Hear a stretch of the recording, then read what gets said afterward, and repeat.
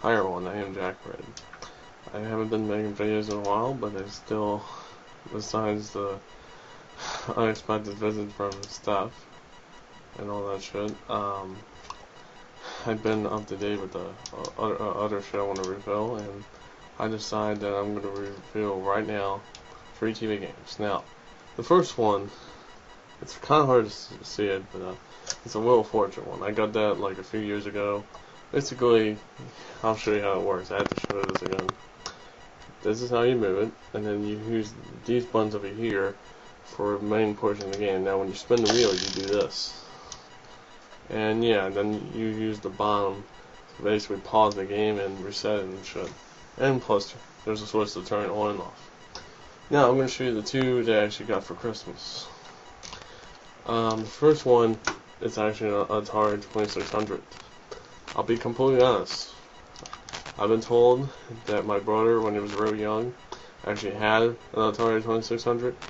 I never played it when I was in my childhood. It's a unique experience. Now, I'm more a fan of this one.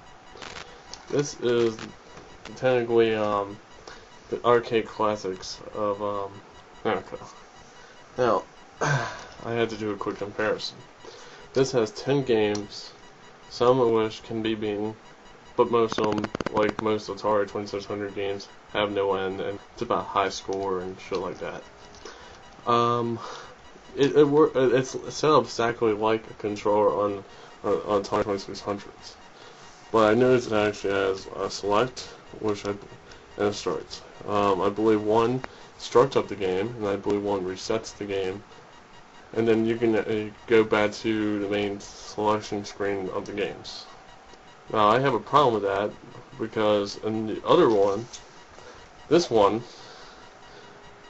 you can just hit this thing that looks like a quarter. You know, when you go to arcades, you put the quarters in. You hit that, and basically you can pause your game and you can leave it. This, you just gotta hit the reset button and you're back there. And of course, that's the switch. Now, I'm going to show you up close what this looks like. If you ever play the arcades, then you pretty much have a good idea how this is going to work. Oh yeah, I got to show this off. For mainly 1, maybe 2 games, it's kind of hard to see it, but basically you turn this left or right.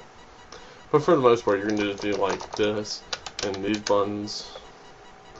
But yeah, it's pretty fun. I gotta say that there's not much on the arcade. I mean, on the Atari one that I'm good at. I'm good at the first ever kill, the Avenger, obviously, and I'm good with Centipede. I'm a little good at Pong, still learning how to control it more properly, but I do know how the game works. You don't have to throw that at my face. With the arcade one, I'm actually good at most of the games. I'm good at 3 of the 4 Pac-Man games. I'm good at Galaga. This is a space shooter I didn't know about until I played this. I mean, it is just straight out fun. It is just a unique experience just playing these again. Before I end the video, I gotta bring this up real fast. Only one game on the arcade one, to my knowledge, is the only game I played in the arcades that is on this collection. And that is Pac-Man, the first one.